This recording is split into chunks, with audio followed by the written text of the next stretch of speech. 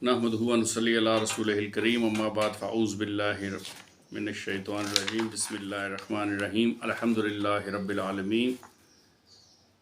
सूरह फातिहा की इस आयत मुबारका का तर्जुमा ये है कि कुल तारीफ़ वो अल्लाह के लिए है, रब के लिए है। रब किसको कहते हैं? पालने वाले को, वो जो हमारी मईशत चलाता है, वो जो हमें खिलाता पिलाता है, सुलाता जगाता है और हमारी तमाम ज़रूरतें पूरी करता है, उसको परवरदिगार कहते हैं। वो पालनहार होता है।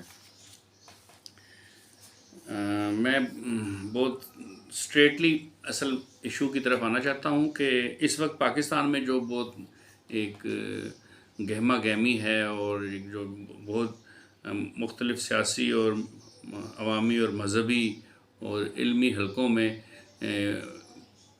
IMF के कर्ज़े के ऊपर बात हो रही है। पाकिस्तान पिछले एक साल से इस खौफ और कपकपी में मुब्तला है कि वो किसी वक्त भी डिफ़ॉल्ट कर जाएगा।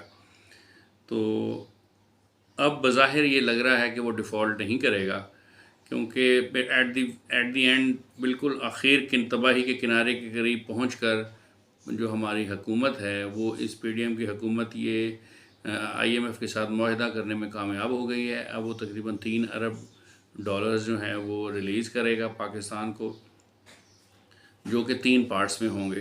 तो एक पार्ट अभी उस रिलीज़ करेगा, एक पार्ट जो है वो जो एक्टिंग बुरी हुकूमत आएगी इलेक्शन करवाने से पहले उनको देगा, और एक पार्ट जो $1 अरब का है वो उसको देगा जिसकी हुकूमत आएगी। तो वो मान तो गया है हमें ये कर्ज़ा देने पे, लेकिन इसके साथ साथ उसने बहुत कड़ी शराइत लगाई हैं, जिनमें आज हम बात करेंगे स्पेशली जो उन शराइत के ऊपर जो IMF ने पाकिस्तान को कर्ज़ा देने से पहले आयद की हैं। फिर इसके अलावा हम बात करेंगे कि पाकिस्तान अभी तक कितने IMF के प्रोग्राम्स कर चुका है और ये कर्ज़ा लेने की लानत में हम कब से मुब्तला हैं। और इसके अलावा ये कि क्या आज तक कभी भी कोई IMF के प्रोग्राम से उसके चुंगल से निकल पाया है। और इसके साथ साथ ये कि IMF के कितने मेंबर्स हैं, वो कैसे काम करती है, और इसके साथ ये कि ओपन जो मार्केट है, बाज़ार है, बिज़नेस है, मईशत है, उसको चलाने के जो उसने सुनहरी उसूल वज़ा किए हुए हैं वो क्या हैं, और जो इस्लाम ने पहले जो उसूल मईशत के काम कारोबार मार्केट बाज़ार को चलाने के वज़ा किए हैं वो क्या हैं। और पाकिस्तान और मदीना मुनव्वरा में हुज़ूर नबी करीम सल्लल्लाहु अलैहि वसल्लम जब हिजरत करके तशरीफ़ लाए तो उन्होंने सबसे पहले मस्जिद नबवी तामीर फरमाई, और उसके फ़ौरन बाद जो अमल किया वो ये था कि एक बाज़ार जो था इस्लामी बाज़ार, उसकी बुनियाद रखी उस सूरत में जबकि 4 यहूदियों के बाज़ार मौजूद थे मदीना में। इसके ऊपर हम बात करेंगे। और फिर स्पेशली लूला डी सिल्वा जो कि ब्राज़ील के प्रेसिडेंट रहे हैं और अब दोबारा प्रेसिडेंट हो गए हैं, तो उनकी शख्सियत का तारुफ़ करवाएंगे कि वो कितनी बड़ी शाहकार शख्सियत है। इसके अलावा एक्वाडोर की मिसाल पेश करेंगे और एक यहूदी माहिर माशियात स्टिग्लिट्ज़ का तारुफ़, जोसेफ स्टिग्लिट्ज़ का तारुफ़ हम पेश करेंगे, और साथ ही साथ ये सलूशन भी पेश करेंगे कि इस कर्ज़ की लानत से, इस सूदी मालियाती निज़ाम से पाकिस्तान कैसे निजात हासिल कर सकता है। तो हम शुरू करते हैं। सबसे पहले ये कि वो शराइत जो आयद की हैं IMF ने वो क्या हैं जिसकी बुनियाद पर कर्ज़ा देने पर राज़ी हुआ है। उसमें सबसे पहले ये है कि बिजली की कीमत पाकिस्तान की गवर्नमेंट बढ़ाएगी, इसको कम नहीं करेगी। तो ये बिल्कुल बियॉन्ड हो जाएगा हमारे, यानी कि नाकाबिल बर्दाश्त हो जाएंगे उसके बिल के। हम वो कैसे बिल जमा कराएंगे? जब वो बिल नहीं जमा करा पाएंगे तो ज़ाहिर है हमारी बिजली घटेगी। जब बिजली घटेगी तो ज़िंदगी रुक जाएगी, तो आवाम को जो तकलीफ़ पहुँचेगी उससे कोई लेना देना नहीं है IMF। वो कहता है बस बिजली के रेट बढ़ाओ। दूसरी शर्त उसने ये लगाई है कि जितनी भी आपकी इंपोर्ट आ रही है, इंपोर्ट के ऊपर आपने जो पाबंदी लगाई हुई है, इस इंपोर्ट को जो है ना, इसके ऊपर से पाबंदी लिफ्ट की जाए, इसको ख़त्म किया जाए। आपके पास डॉलर्स रहते हैं नहीं रहते हैं, आपकी लोकल इंडस्ट्री चलती है या बैठ जाती है, उससे उसका कोई लेना देना नहीं है। वो कहता है इंपोर्ट के ऊपर आप पाबंदी नहीं लगा सकते, खुले आम जो कुछ भी इंपोर्ट करना है करें, आपकी मईशत तबाह होती है हो जाए, लेकिन आपने इस कानून पे अमल, इस बात के ऊपर, इस मैयर पे अमल करना ही करना है जो हम आपको लाइन दे रहे हैं। इसके अलावा डॉलर की कीमत को, ये स्टॉक एक्सचेंज रेट को कंट्रोल करने के लिए, ये भी एक लानत है जी, बहुत एक बहुत बड़ा भूल भुलैयों का निज़ाम है कि डॉलर की क्या हैसियत है, डॉलर क्यों ज़रूरी है, डॉलर के बगैर क्यों दुनिया की मईशत नहीं चल सकती, हम करते क्या हैं डॉलर के साथ, डॉलर का रेट ऊपर क्यों चढ़ जाता है, ये भी कागज़ का नोट है, और पाकिस्तानी रुपये भी कागज़ का नोट है, इसकी वैल्यू ज़्यादा क्यों है और पाकिस्तानी रुपये की वैल्यू कम क्यों है। तो उसने इसको मुख्तलिफ़ तरीक़ों से हुकूमतें बेचारी कमज़ोर या ताकतवर जो भी हुकूमतें हैं वो कंट्रोल करने की कोशिश करती हैं कि इसका रेट ऊपर ना जाए, क्योंकि इसका रेट ज़्यादा ऊपर जाने से उनकी अपनी ज़ाती करेंसी, लोकल करेंसी जो है उसकी वैल्यू कम हो जाती है। तो उन्होंने कहा आप डॉलर के रेट को जो है ना वो उसको ज़बरदस्ती कंट्रोल नहीं करेंगे, उसके पर नहीं काटेंगे, और डॉलर के रेट जितना ऊपर जाता है जाता रहे। और एक्सचेंज रेट को आप तय करने वाले कौन होते हैं, इसको फिक्स करने वाले, इसको मार्केट तय करेगी।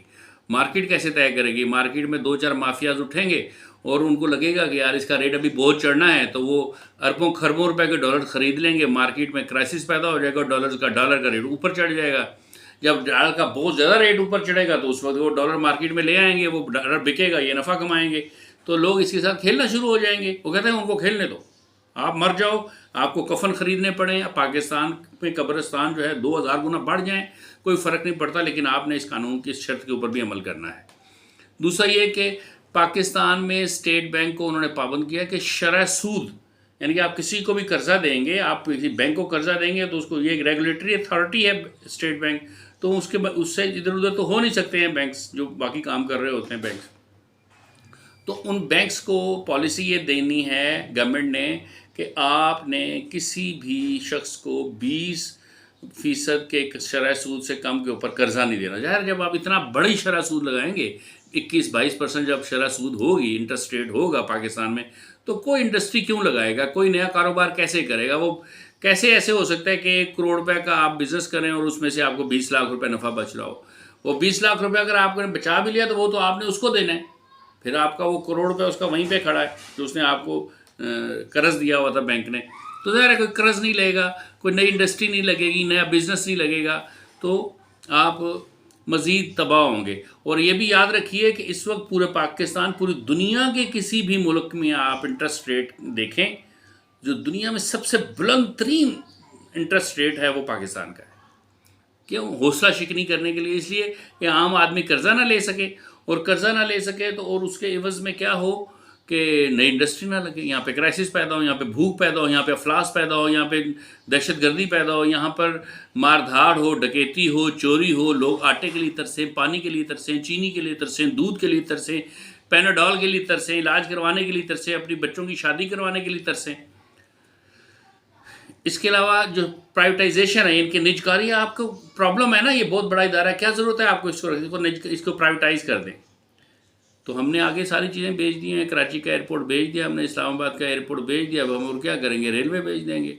अभी F9 पार्क बेचने की पिछली हुकूमत बातें कर रही थी, अब भी नहीं बिकेगा तो अगली दफ़ा बेच देंगे। तो आपके पास अब बेचने के लिए भी कोई ऐसी बहुत सारी चीज़ें बाकी नहीं रहेगी अपने न्यूक्लियर एसेट्स के अलावा। इसके अलावा उनका कहना यह है कि मज़ीद आलमी मालियाती इदारे जो हैं वो उनसे कर्जा लिए बगैर पाकिस्तान का सर्वाइवल जो है ना वो मुमकिन नहीं है। और बैरूनी अदायगियों के लिए एक और भी बात समझ आएंगी, हमें $3 अरब इतने घुटने हमारी गवर्नमेंट के ज़मीन पे लग गए हैं और उनके ऊपर खराशियाँ आ गई, उनमें से खून रिसना शुरू हो गया है, लेकिन इसके बावजूद IMF जो है वो अपनी शराइत पूरी, छोटी से छोटी बात, इवन ये है कि अपनी शराइत के ग्रामर की गलतियाँ भी वो निकलवा रहा है हमसे, स्पेलिंग की गलतियाँ भी कहता नहीं अगर करोगे तो उसके ऊपर फिर भी हम कर्जा नहीं देंगे। इस तरह की सूरत हाल में चला गया है। तो वो हमें हकीकत ये है कि $22 अरब के करीब कर्जा मिलेगा, सॉरी हमने $3 अरब ये कर्जा मिलेगा, लेकिन अगले साल माली साल में हमने $22 अरब की अदायगियाँ करनी हैं, जिनकी कोई सूरत नज़र नहीं आ रही हमें कि वो कैसे होंगी। और फिर इसके अलावा मौजूदा साल के मालियाती बजट को अभी तक पास नहीं किया है हमारी कौमी असम्बली ने, भी सिर्फ उसमें पेश किया गया, लेकिन क्योंकि वो उन तमाम हाशिए अहकामात और इंस्ट्रक्शंस के मुताबिक था जो कि IMF चाहती थी, इसलिए IMF ने उस बजट को कहा हाँ ये पास है, ये ठीक है, इसको हमने नंबर दे दिए, पास कर दिया। और उसमें जितनी भी सख्त बातें अपने ही खिलाफ हमारी हुकूमत ने की हैं उस बजट में और अपने पाकिस्तानी अवाम के ख़िलाफ़ की हैं, उनका इनके ऊपर आपने सख्ती के साथ अमल करना है और इसके ऊपर अमल दरामद को यकीनी बनाना है। और जितने भी आप बड़े बड़े और सख्त सख्त टैक्स जो बिल्कुल खून और रूह निकालने वाले, रूह को निचोड़ के कतरा कतरा निकालने वाले आपने जो टैक्सेस लगाए हैं, जब अवाम इसके ऊपर रजिस्ट करे, प्रोटेस्ट करे, या सरमायादार प्रोटेस्ट करे, या इंडस्ट्रियलिस्ट प्रोटेस्ट करे और कोई रिलीफ मांगे, तो आपने किसी सूरत में उनको रिलीफ नहीं देना। और जितने भी वादे आपने बजट में किए हैं और जितने वादे आपने IMF के साथ किए हैं रिटर्न की सूरत में, उन सब को किसी भी सूरत में आपने पूरा करना है। ये वो तमाम शराइत हैं जो ज़ाहिरी तौर पे अभी सामने आई हैं। वज़ीर आज़म ने इन सब बातें करने के बाद कि ये हमें मिल गया, हमने लड्डू भी खा लिए, पंगड़ा भी डाल लिया कि हमें IMF जो है वो कर्ज़ा दे रहा है, सूदी कर्ज़ा। तो at the and prime minister साहब ने कहा है कि हम उम्मीद करते हैं और हम पुरअज़म हैं कि इंशाल्लाह ये हमारा आखिरी प्रोग्राम होगा जिसमें हम आखिरी प्रोग्राम में जा रहे हैं, इसके बाद हम IMF से जान छुड़ा लेंगे अपनी। ये मतलब एक फ़िल्मी सी खतीबाना जोहर है, ये बकवास बात है, क्योंकि पाकिस्तान ये हर दफ़ा यही कहते हैं जो भी रहनुमा, ये जो भी हुक्मरान होते हैं। अभी तक पाकिस्तान ये 23वां प्रोग्राम है। प्रोग्राम से मतलब कर्ज़ा लेने के लिए जो मिन्नत समाजे, तरला, माफ़ी, तलाफ़ी, गोडे ठोड़ी को हाथ लगाने वाला जो निज़ाम होता है, वो हम 23वीं दफ़ा कर रहे हैं 1958 से लेकर। तो ये हैं वो शराइत जिनके तहत हमें IMF जो है वो कर्ज़ देगा। और इसके अलावा ये है कि पाकिस्तान के ऊपर इस वक्त है कितना टोटल कर्ज। पाकिस्तान पर इस वक्त आलमोस्ट ये वाला कर्ज़ा लेने के बाद तकरीबन 150 अरब डॉलर के बैरूनी कर्ज़े हैं। और IMF जो 3 अरब डॉलर पाकिस्तान को कर्ज़ देगा उससे हम खर्च नहीं कर सकते। ये बेसिकली एक ज़मानत होती है। ये स्टेट बैंक में पड़े तो होंगे लेकिन इनको आप इस्तेमाल नहीं कर सकते। ये एक गारंटी है। इसके बाद पेरिस क्लब और दूसरे तीसरे और जो बड़े बड़े मालियाती इदारे हैं वो इस गारंटी की बुनियाद पे आपको कर्ज़ देते हैं। आप किसी भी दुनिया में कहीं पे भी जाके कर्ज़ मांगेंगे ना, कोई भीख मांगेंगे, कर्ज़ा मांगेंगे कि अल्लाह के वास्ते हमारी मदद करो, तो वो कहते हैं यार पहले ना तुम इस तरह करो कि ये गारंटी लेके आओ IMF से। जब तुम IMF से गारंटी ले आओगे तो फिर हम तुम्हें दे देंगे। तो ये इनका ये एक आलमी मालियाती सूदी निज़ाम का एक ऐसा तरीक़े वारदात है कि आपको अगर IMF कर्ज़ा नहीं देगा तो दुनिया में कोई फूटी कौड़ी भी नहीं देगा, कफन भी नहीं देगा आपको एक। तो जब वो आपको देगा तो वो उसके ऊपर वो आपसे पैसे, वो कर्ज़ा जो आपको वो देता है, वो लोन, उसको वो आपको गारंटी के तौर पे पड़ा होता है आपके अकाउंट में, और उसके बाद फिर लोग आपको कर्ज़ा देते हैं। तो पाकिस्तान की स्ट्रेंज आपको बात बताऊं, पाकिस्तान वो बदकिस्मत कौम है जिसने कभी भी, जिसकी 90% से ज़्यादा आबादी ने कभी भी किसी भी बैरूनी मुल्क से, किसी बैरूनी सूदी मालियाती इदारे से कोई कर्ज़ा नहीं लिया। उसकी आवाम ने कभी भी कर्ज़े का एक धेले की शक्ल नहीं देखी। और क्यों? वो 90% से ज़्यादा पाकिस्तान की जो मईशत है ये एक हलाल मईशत है, जिसमें चिंची चलाने वाला हो, कसाब हो, करियाना स्टोर चलाने वाला हो, छली बेचने वाला हो, आइसक्रीम बेचने वाला हो, चने बेचने वाला हो, छोटा सा होटल चलाने वाला हो, कोई भी बिज़नेस और कोई भी कारोबार है वो अपनी ज़ाती बरते के ऊपर, अपने बलबूते पे उस शख्स ने किया हुआ है। पाकिस्तान की 90% आवाम ने, उसने किसी बैंक से कोई कर्ज़ा नहीं लिया, बल्कि 91-92% तो पाकिस्तान के अवाम ऐसे हैं जिन्होंने अपनी पूरी ज़िंदगी में कभी बैंक के अंदर जाके नहीं देखा कि बैंक कैसा होता है। बैंक के साथ उनका कोई लेना देना नहीं, उनका अकाउंट ही नहीं है बैंक में। पाकिस्तान में 88% से ज़्यादा लोग ऐसे हैं जो अपनी मदद आपके तहत अपने ही सरमाए और मूड़ी से, चाहे वो 2000 है या 2 करोड़ है, वो उसके साथ बिजनेस कर रहे हैं।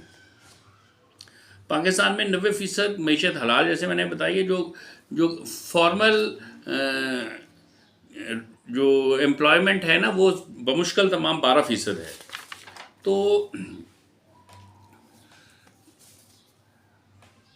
इसके अलावा एक और बात समझ आइए, अब हम थोड़ी सी पाकिस्तान के हवाले से बात कर लें कि पाकिस्तान में वो कौन सा दिन, मनहूस दिन था जिस दिन हम जाना शुरू हुए IMF की तरफ। IMF इंटरनेशनल मॉनेटरी फंड जो है, ये एक इदारा है जो 1944-45 में बना। ये अमेरिका के एक इलाके ब्रिटेन वुड में एक पता नहीं कोई 35-40 दिन तक कॉन्फ्रेंस चलती रही। शुरू में इन IMF के जो मेंबर ममालिक थे वो बहुत थोड़े से थे। 1930 के ग्रेट डिप्रेशन के बाद मुल्क दुनिया भर में जो मालियाती बहरान पैदा हुए और जो फिर पहली और दूसरी जंग अज़ीम के बाद जो इतनी बड़ी तबाही मची, तो इंफ्रास्ट्रक्चर को दोबारा से खड़ा करने के लिए, दोबारा से लोगों को नॉर्मल मेन स्ट्रीम लाइफ में लाने के लिए बड़े बड़े मुल्कों ने आपस में बैठ के तय किया कि एक मालियाती इदारा होना चाहिए जो हमारे इन सारे मामलात को ठीक करे और हम दोबारा से इस किस्म के बहरान में ना फंसे। तो फिर वो अब इस वक्त 189 के करीब इसके मेंबर्स हैं और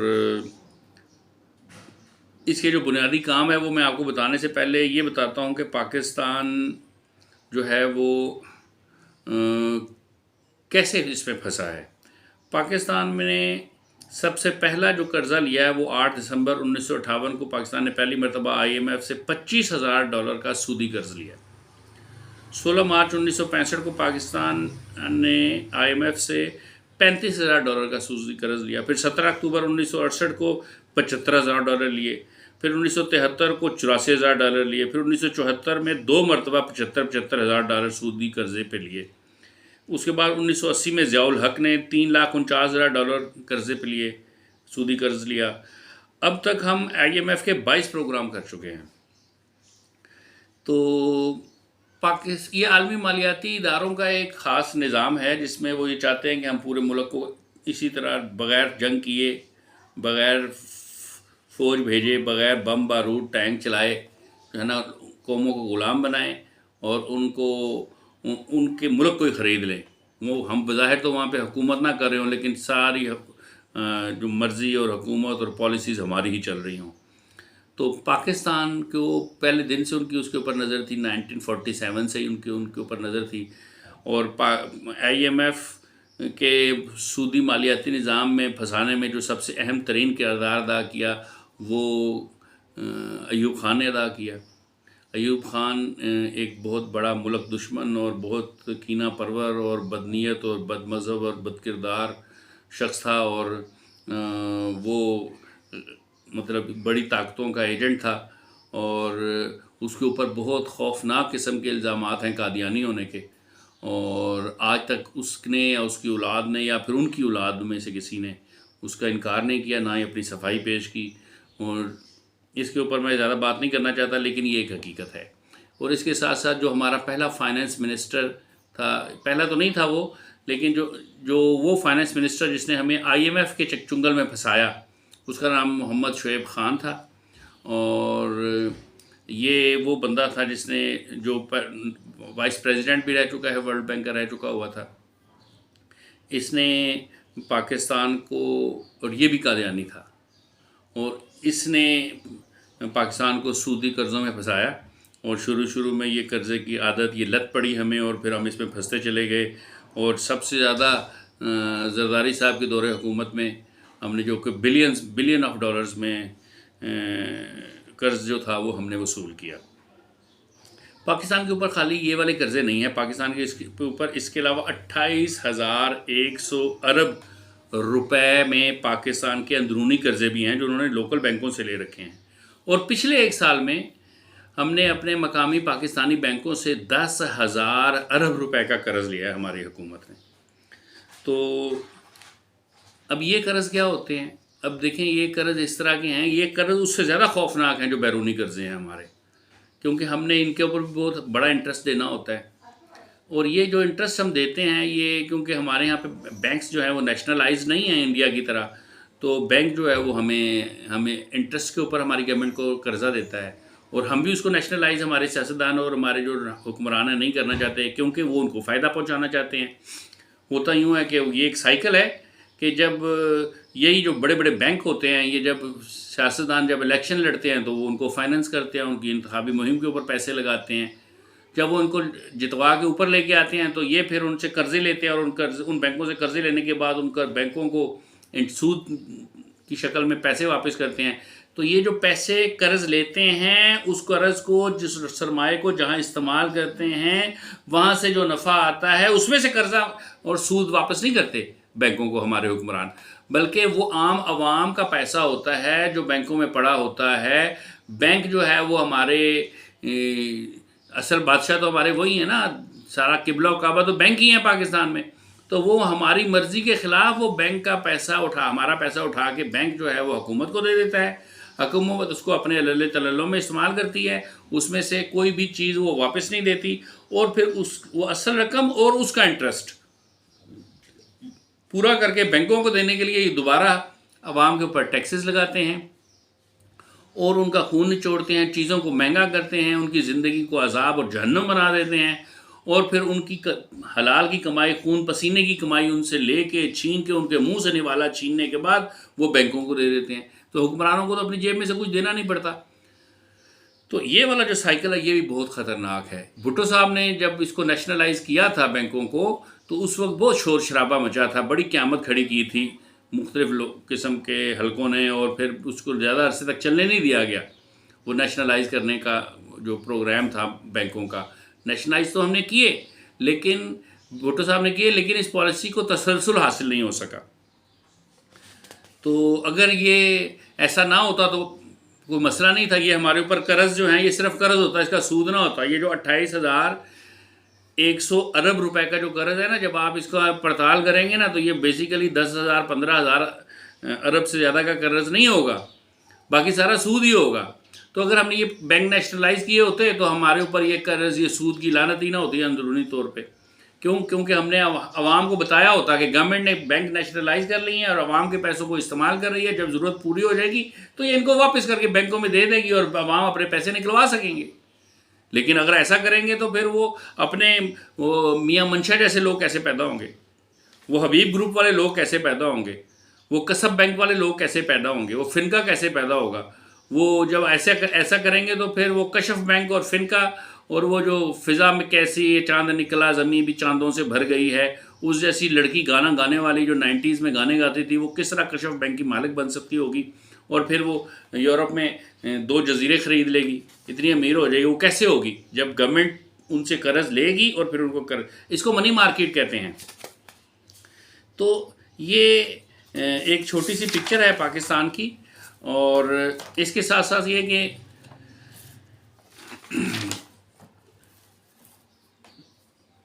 भारत सालाना 185 अरब डॉलर आईटी से कमाता है, यानी कि कंप्यूटर अपने सॉफ्टवेयर बेच के ये कमाता है।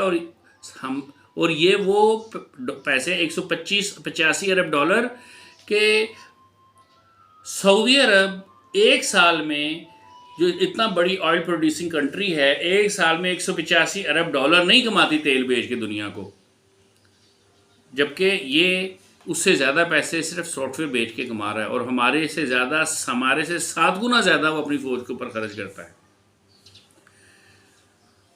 तो पाकिस्तान के ऊपर ये जो जकड़बंद है ये क्यों है? उसकी वजह सिर्फ एक है, और वो ये है कि पाकिस्तान एक वाहिद इस्लामी नज़रियाती मुमलिकत है। पाकिस्तान ने ये कहा कि ला इलाहा इल्लल्लाह मुहम्मदुर रसूलुल्लाह, कि नहीं इबादत के लायक अल्लाह के सिवा और कोई नहीं, और मोहम्मद रसूलुल्लाह सल्लल्लाहु अलैहि वसल्लम अल्लाह के नबी हैं, अल्लाह के रसूल हैं, और वो ख़ातिमुन नबीयीन हैं, और उनके बाद कोई नबी नहीं है, ना ज़िल्ली ना बरूज़ी, और उनके बाद कोई किस ज़िल्ली बरूज़ी नबी या मुजद्दिद का जो भी कंसेप्ट पेश करता है झूठा सच्चा, वो काफिर है, ज़िंदीक है, और वो ग़ुलाम अहमद कादियानी को और कादियानियों को और इस पूरे निज़ाम को इस्लाम नहीं मानता कुरान और सुन्नत के ऐन मुताबिक। तो इसकी सज़ा, इसकी 1973 के आइन में हमने जो है वो कादियानियों को काफिर करार दे दिया है।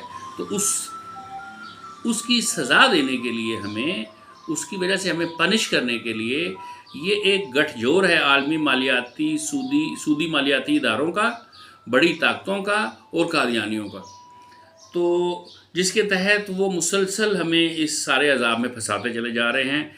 और ये सब कर्ज़ा जो हमारे ऊपर है, ये जो भी हमने कर्ज़ लिया है, ये 91% से ज़्यादा पाकिस्तान की आवाम के ऊपर, आबादी के ऊपर 1947 से लेकर आज के दिन तक कभी खर्च ही नहीं हुआ। लेकिन ये अदा हमने करना है, ये अदा हम ही करते हैं।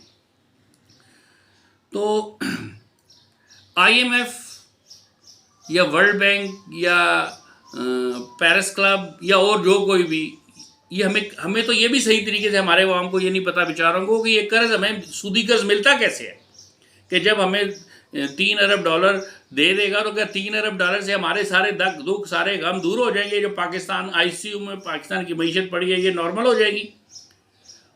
ऐसा नहीं है, बल्कि उसके बाद ये जो 100 क्या कहते हैं 189 जो IMF के जो मेंबर्स हैं, इनमें से कुछ ममालिक, हर मुल्क का अपना कोटा है कि आप इतने पैसे किसी भी क्राइसिस की सूरत में, क्योंकि ये बेसिकली तो BOP को डील करता है ना, bill of balance of payment को। IMF का असल काम तो ये था।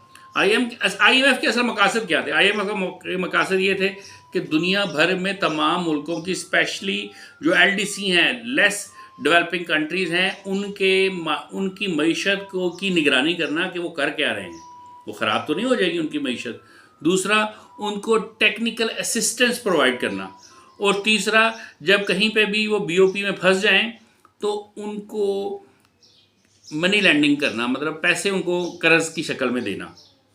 तो यहूदियों ने ऊपर बैठ के, यहूदियों और कादियानियों ने ऊपर बैठ के जिस किस्म का निज़ाम बनाया वो इस तरीके से है कि अमेरिका के पास वीटो पावर है, उसकी सबसे बड़ी, यानी कि एक सब्सक्रिप्शन होती है। 189 मेंबर्स जो है ना, वो उनकी एक सब्सक्रिप्शन है। वो सब्सक्रिप्शन हर मुल्क उसको ना फंडिंग करता है IMF को, जो जिसकी जितनी इकोनॉमी ताकतवर है उतनी बड़ी फंडिंग करता है वो। सबसे ज़्यादा फंडिंग जो IMF को करता है वो अमेरिका है, फिर फ्रांस है, फिर जर्मनी है, फिर जापान है, चीन है। ये वो बड़े ममालिक हैं जो इसको फंडिंग करते हैं, बाकी सब भी करते हैं। तो वो ये सब पैसे इकट्ठे करके एक जगह पे रखते हैं। फिर जब कोई भी माशी बहरान पैदा होता है दुनिया में, तो उसके ऊपर जब इनकी मीटिंग कॉन्फ्रेंस जो भी कोई होती है इन सब मेंबर्स की, तो ऐसा कोई भी काम जो कि अमेरिका को समझ नहीं आता, वो जब उसके ऊपर वीटो कर देता है, उसके पास 15% वोट्स हैं इस कॉन्फ्रेंस की, इस कोरम के जो पूरा होने के बाद, वो 15% वोट्स सिर्फ अमेरिका के पास हैं, वो दुनिया में और किसी के पास हैं ही नहीं। तो जब प्रोग्राम उसको समझ में नहीं आता, वो उसके ऊपर वोट ही नहीं डालता। जब वो वोट नहीं डालता तो वो एक्सेप्टेबल ही नहीं होती, उसकी प्रैक्टिकलिटी ख़त्म हो जाती है उस किसी भी प्रोग्राम या प्रोजेक्ट। तो होता यूँ है कि IMF ये भी नहीं चाहता कि मुल्क डिफ़ॉल्ट होंगे, क्योंकि हम जैसे मुल्क जो किस्तें, भारी किस्तें, बिलियन ऑफ डॉलर्स की किस्तें दे रहे होते हैं IMF के माँ का माल तो नहीं है, वो उसके बाप ने तो नहीं दिया, वो तो इन्हीं ममालिक का, ये तो उसके ऊपर कस्टोडियन के तौर पे उन्होंने बिठाया हुआ, ये उनसे तनख्वाहें लेते हैं। तो मालिकान तो इनकी फिर वही सुपर पावर जो बड़ी मईशतें हैं वो हैं। तो ये वो सूदी पैसा, इस पैसे के ज़रिए ना सिर्फ दुनिया के तमाम ममालिक की इकॉनमी को कंट्रोल करते हैं, उनके डिफेंस को कंट्रोल करते हैं, उनकी पॉलिटिक्स को कंट्रोल करते हैं, और उनके मज़हब को कंट्रोल करते हैं, उनकी समाज को कंट्रोल करते हैं, बल्कि इसके साथ साथ उस मुल्क की इस्टेब्लिशमेंट और फौज को भी कंट्रोल करते हैं। और फिर इन्हीं से ही नफ़ा कमाते हैं, इन्हीं का खून चूसते हैं, और फिर उनसे वो जो बड़ी बड़ी इस्टेब्लिश्ड इकॉनमीज़ हैं उनका निज़ाम चमक दमक के साथ और तुझको एहतशाम के साथ, तनतने वलवले और गलगले के साथ चल रहा होता है। और हम उनको, उनकी जो दौलत की चमक है उन मुल्कों के पास, उसको देख के हमारी आंखें खीरा हो रही होती हैं, वो पैसे हमारे ही होते हैं। तो ये बेसिकली कुत्ती चोरों के साथ मिली हुई है। वर्ल्ड बैंक हो, पेरिस क्लब हो, IMF हो, ये सब एक ही इदारे के मुख्तलिफ नाम हैं, इनके रोल अलग-अलग हैं। या FATF हो, ये सब यही कुछ ही करते हैं। तो IMF जो है उसके रुकन जो ममालिक हैं, इसके ज़रिए इनके पास जो फंडिंग इकट्ठी होती है वो 675 अरब डॉलर है जो IMF के पास होते हैं। और इस वक्त IMF के पास 1 ट्रिलियन डॉलर से ज़्यादा की रकम मौजूद है। IMF का कोई रहनुमा उसूल नहीं है। अब देखें, यूनान ने जब उन्होंने कर्ज दिया तो जो उनको कंडीशंस लगा के दिया वो बड़ी सख्त थी, लेकिन वो उसने पूरी नहीं की, वो रिफॉर्म्स नहीं लेके आया। होना तो ये चाहिए था कि उसको कर्ज ना देता आइंदा, लेकिन उसने उसके बावजूद उसको कर्ज दिया। और जिसकी उसके पास कोई दलील नहीं है IMF ने कि क्यों दिया उसको। बहरहाल क्योंकि हमारा सब्जेक्ट नहीं है इस वक्त यूनान, तो इसके ऊपर हम बात नहीं करना चाहते और हमें इससे क्या लेना देना। हम तो अपने मुल्क का जो है ना वो रोना रो रहे हैं। पाकिस्तान में ना एक नोबल इनाम याफ्ता माहिर माशियात हैं जोसेफ स्टिग्लिट्ज़। इनकी किताब है ग्लोबलाइजेशन एंड इट्स डिसकंटेंट्स। इसमें उन्होंने IMF के ऊपर बड़ी सख्त तनकीद की है। उन्होंने कहा गरीब मुल्कों को तबाह करने में IMF की शराइत का सबसे अहम किरदार है। उनका कहना है, उन्होंने इस पर कहा है, इसमें बहस की है कि कर्ज फराहम करने के लिए जिन माशी इस्लाहात को शराइत के तौर पर IMF मुतल्लिका मुल्क से मनवाता है, जो बुलंद शरह सूद, आज़ाद तजारत, नजकारी, ओपन कैपिटल मार्केट, ये तमाम वो शराइत हैं जो अक्सर औकात बैकफायर कर जाती हैं और उसका उल्टा नतीजा निकलता है, जिसकी वजह से उस मुतल्लिका मुल्क की मईशत भी तबाह होती है और ये उस मुल्क के अवाम के लिए को भी बदहाल तरीन सूरत हाल में से दो चार कर देती है। स्टिग्लिट्ज़ IMF का बहुत बड़ा क्रिटिक है। ये बहुत बड़ी उम्र के एक साहब हैं, मैं इनसे बड़ा इम्प्रेस हूँ। उनकी किताबें बड़ी कमाल की किताबें हैं, इन्होंने आलमी सूदी मालियाती निज़ाम के ऊपर जो तनकीद की है और जो कुछ लिखा है उसकी धज्जियाँ उड़ा दी हैं और बड़ा काम है उनका। बड़े बड़े आदमी हैं, बड़े कद के आदमी हैं। हमारे यहाँ पे तो अलमिया ये है कि आप कितनी मर्जी शख्स शर्तें लगवा दें, किसी किस्म का हमारे अवाम एजिटेशन ही नहीं करते IMF के ख़िलाफ़। हम खौफज़दा हैं IMF से। IMF हमने अपना स्टेट बैंक सरेंडर कर दिया उनके सामने। आपको पता है कि स्टेट बैंक ऑफ पाकिस्तान की बिल्डिंग में 2 फ्लोर ऐसे हैं जो कि IMF के लोगों के पास है, हमारे पास नहीं है। और हमारे पास खुद मुख्तारी भी नहीं। हमारा जो वर्ल्ड बैंक है वो कोई हमारा जो स्टेट बैंक है पाकिस्तान का, ये कोई ऑटोनोमस इदारा नहीं है। ये अपने अमेरिका न्यूयॉर्क में बैठ के अपने हेड ऑफिस से IMF पाकिस्तान के स्टेट बैंक को नहीं चला रहा, बल्कि पाकिस्तान के स्टेट बैंक में 2 फ्लोर उसके पास हैं। स्टेट बैंक के अंदर बैठ के वो स्टेट बैंक को चला रहा है और अपनी मर्जी के मुताबिक चला रहा है और हम कुछ भी नहीं कर सकते। हमारी हालत तो मैक्सिको, एक्वाडोर और ब्राज़ील और अर्जेंटाइन से भी बदतर है, हत्ता कि श्रीलंका से भी बदतर है कि हम किसी किस्म का एजिटेशन ही नहीं करते।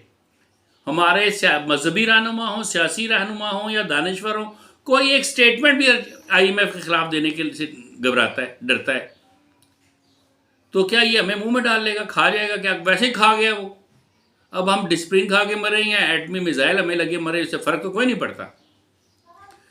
तो पाकिस्तान, और आपको एक और बड़ी दर्दनाक और शर्मनाक बात मैं आपको बताऊं कि पाकिस्तान अभी तक 22 प्रोग्राम्स में जा चुका है। प्रोग्राम्स में जाने का मतलब मिन्नत समाजत कर चुका है कि कर्जा दो हमें, भीख दो हमें, सूद वाली। लेकिन जितनी दफ़ा भी ये 22 प्रोग्राम्स में से कोई एक प्रोग्राम भी ऐसा नहीं था IMF का जो हमने उसको कौमी असम्बली में लाए हो और उसको हमने डिस्कस किया, उसके ऊपर बहस हुई। ऐसा कभी भी नहीं। ये बाला ही बाला सब कबूल हो जाता है, सब खा पी के डकार मारे बगैर ये हज़म कर जाते हैं हमारे हुक्मरान और सियासतदान। जबकि दुनिया में बड़े बड़े कमज़ोर लोगों ने बड़े बड़े खौफनाक किस्म के बहुत बड़े बड़े एहतजाज किए हैं। हत्ता कि ऐसे खौफनाक एहतजाज भी हुए हैं कि IMF अपने दफातर को ताले लगा के अपना मुंह कॉलर में छुपा के दुम दबा के वहाँ से भाग गया उस मुल्क से।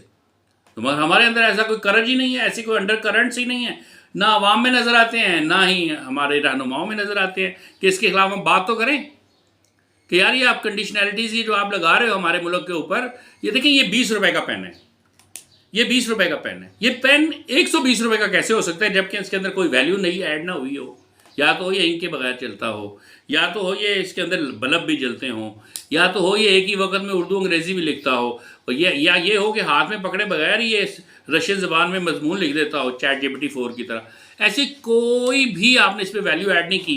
तो ये 20 रुपए का पेन जिसमें दुकानदार भी कमा रहा था, स्टॉकिस्ट भी कमा रहा था, डिस्ट्रीब्यूटर भी कमा रहा था और फैक्ट्री भी कमा रही थी, 120 रुपए का कैसे हो गया? और क्या लॉजिक है आपके पास? ऐसा कौन सा कानून है जिसके तहत आप इसकी कीमत 120 रुपए कर सकते हैं? कोई कानून नहीं है, बदमाशी है, बस खून निचोड़ना है पाकिस्तान के अवाम का। पाकिस्तान ने के अवाम ने जब कहा था पाकिस्तान का मतलब क्या, ला इलाहा इल्लल्लाह मुहम्मदुर रसूलुल्लाह, तो उसी दिन है ये तमाम जो सूदी ताकतवर कुव्वतें थीं और ये जो आलमी सूदी मालियाती इदारे थे और जितने भी इस्लाम दुश्मन कुव्वतें थी दुनिया में, वो हमारी दुश्मन हो गई हैं। अब वो किसी भी तरीके से हमें मारना भी चाहती हैं, हमें ज़ोंबीज़ बनाना चाहती हैं माशी तौर पे। अभी इसके अलावा आप देखें कि अब मैं आपके सामने 2-3 और बातें पेश करना चाहता हूँ।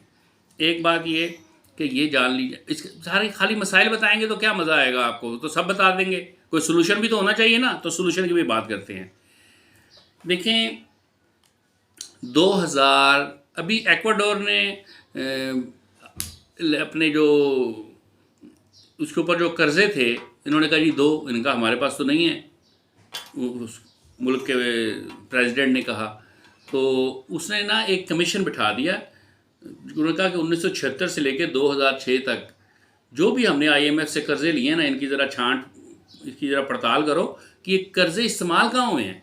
तो हज़ार फाइलें थी, 14-16 महीने लगे। उसके बाद उन्होंने उसकी रिपोर्ट जो मुरतब की तो उन्होंने कहा जी इसमें से 80% कर्जे झूठे हैं, जाली हैं, 2 नंबर हैं, वो एक्वाडोर की आवाम के ऊपर। एक्वाडोर एक लैटिन अमेरिका का एक छोटा सा मुल्क है, उसके ऊपर इस्तेमाल ही नहीं हुए।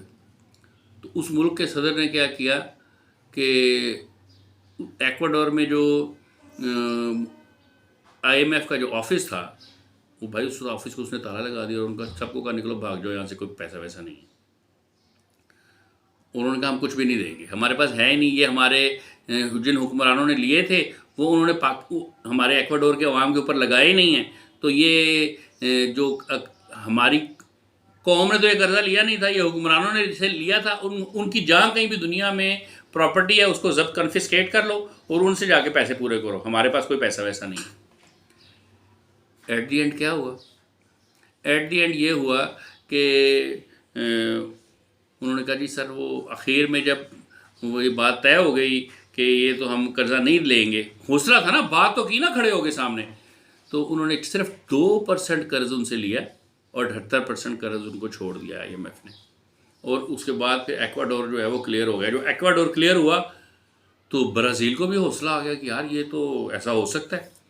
तो 2011 तक ब्राज़ील के ऊपर $125 बिलियन का कर्जा था और ब्राज़ील जो है वो इस मतलब नाक ने उसका एक एक बाल इसमें डूबा हुआ था, कुछ भी नहीं था। ब्राज़ील ने IMF की रुकनियत जो है 14 जनवरी 1946 में हासिल की थी। ब्राज़ील की आबादी जो है वो तकरीबन 215.157 मिलियन है और ब्राज़ील अब तक IMF के 16 प्रोग्राम्स में जा चुकी है। तो उन्होंने कहा जी पैसे, उन्होंने कहा जी हमारी तो मईशत सारी तबाह हो गई। वो बड़ा मुल्क है, काफ़ी बड़ा मुल्क है, उसके अंदर बहुत सारे अमेज़ोन का जंगलात भी उसी में हैं और ये दुनिया के सबसे बड़े जंगलात हैं। ये एक ऐसा जंगल है जिसके अंदर दुनिया में सबसे ज़्यादा दरख्त जहाँ पाए जाते हैं वो अमेज़ोन के जंगलात हैं। तो उन्होंने कहा हमारे पास कोई पैसा वैसा नहीं है। IMF को चलो भागो यहाँ से, कोई पैसा नहीं, भागो। तो IMF ने आंखें दिखाना शुरू कर दी, तुम्हारी ऐसी की तैसी, तुमने हमसे डॉलर्स में कर्ज लिया, तुम कहते हो तुम पैसे नहीं दोगे, तुम कहा तुम्हारे अच्छे खान भी देंगे। उसने कहा अच्छा ठीक है देता हूँ मैं पैसे, रुक जाओ, मैं ये ना जितने भी अमेज़ोन के जंगलात हैं ना इन सबको मैं काटूंगा, इसकी लकड़ी बेचूंगा और तो फिर तुमको पैसे दूंगा। और उसने काटना शुरू कर दिए। जब इसे काटना शुरू किया तो पूरी दुनिया उठ के खड़ी हो गई और IMF समेत सब ने कहा भाई जंगल नहीं काटो, ये तो इस दुनिया के फेफड़े हैं, ये अगर तुम काट दोगे तो लोग दुनिया पूरी सांस कैसे लेगी, इसकी वजह से तो ऑक्सीजन मिलती है पूरी दुनिया को। उन्होंने कहा फिर कहा ये ना काटो। उन्होंने कहा अच्छा, एक्वाडोर का ब्राज़ील का जो उस वक़्त का जो प्रेसिडेंट था उसका नाम है लूला डा डिसिल्वा। उसने कहा अच्छा पूरी दुनिया जो है वो हमारे दरख्तों की वजह से उनके फेफड़े चल रहे हैं, ये हमारे अमेज़ोन का जो जंगल है ये पूरी दुनिया के फेफड़े हैं। तो तुम लोग इतने हज़ारों सालों से जो है वो हमारे दरख्तों की वजह से सांस ले रहे हो, ऑक्सीजन ले रहे हो, उस ऑक्सीजन का किराया चाहिए मुझे। चुनाचे इस धमकी के ऊपर आके इस सारी बात के ऊपर आपस में बैठ के इनकी मुज़ाकरात हुए और उन्होंने ब्राज़ील के तमाम कर्जे माफ़ कर दिए। वो तो भाई आपको नहीं आता, आपके पास एटम बम है, या तो दिल्ली की तरफ उसका रुख करो या इज़राइल की तरफ करो, यरूशलेम की तरफ करो और कहो कि भाई अगर हमसे IMF कर्ज मांगने के लिए आया तो हमने ये फायर कर देना है इज़राइल के ऊपर, और ट्राई के तौर पे आपको 2-4 मिसाइल फायर कर भी दें, या आपसे पैसा नहीं मांगेंगे बिल्कुल भी, एक भी। क्या क्या बेचोगे मुझे बताओ। आपने एयरपोर्ट बेच दिए, आपने एयर बेसिस बेच दी हमारी, आपने हमारे मोटरवेज बेच दिए।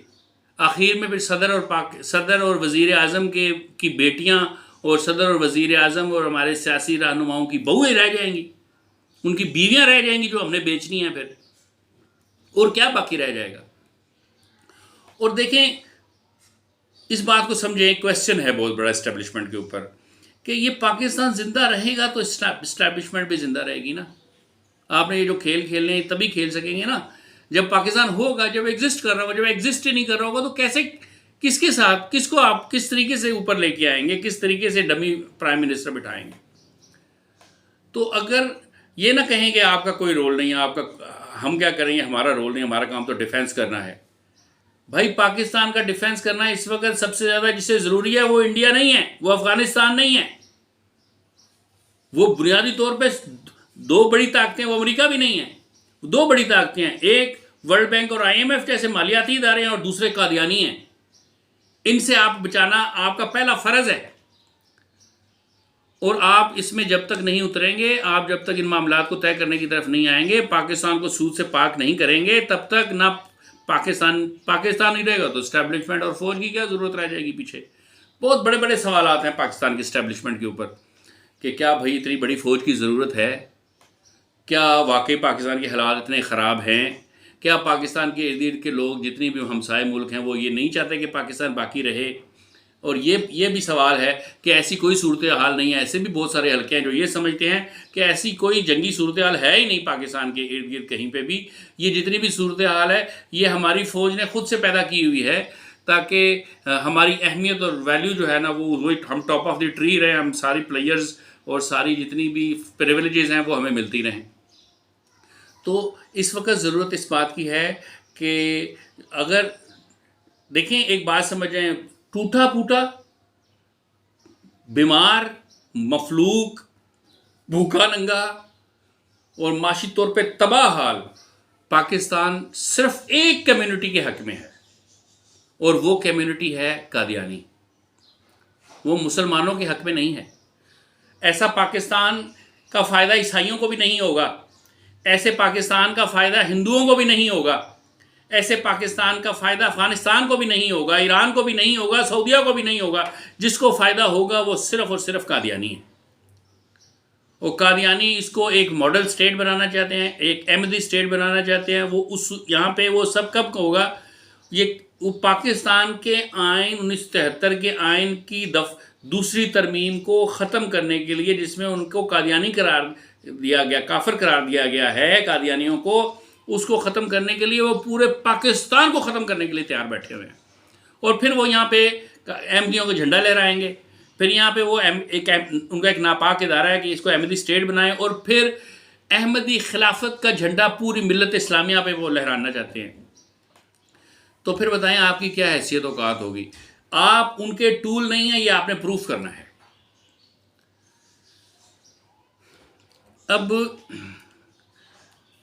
अब देखें, हमारे यहाँ पे ये मैंने आपको तारुफ करवाया लूला डा डिसिल्वा का, ये आम आदमी है, कलमा इसने नहीं पढ़ा हुआ, इस्लाम के बारे में इसको कुछ पता नहीं। इसकी सारी ज़िंदगी पॉलिटिकल जद्दोजहद में गुजर गई। 7 साल की उम्र से इसके माँ बाप के अंदर अलहदगी हो गई, ठीक है, और इसकी अपनी माँ के साथ रहा। इसने बड़ी कसम परसी के ज़माने वक्त गुजारा।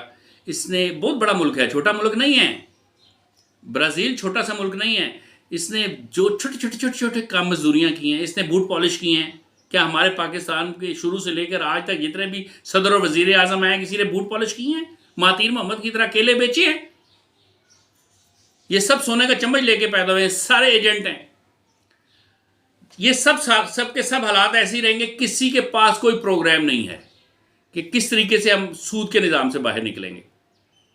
जब आप अल्लाह और अल्लाह के रसूल के ख़िलाफ़ ऐलान जंग कर रहे होंगे सूदी लेन देन करके, तो बचेगा कौन 24 करोड़ अवाम में से? कोई भी नहीं बचेगा। अल्लाह के साथ कौन जंग कर सकता है? हर्ब का लफ्ज़ इस्तेमाल किया कुरान में, सूरह बकरा में अल्लाह ने, कि हम ऐलान हर्ब करते हैं उन तमाम के ख़िलाफ़।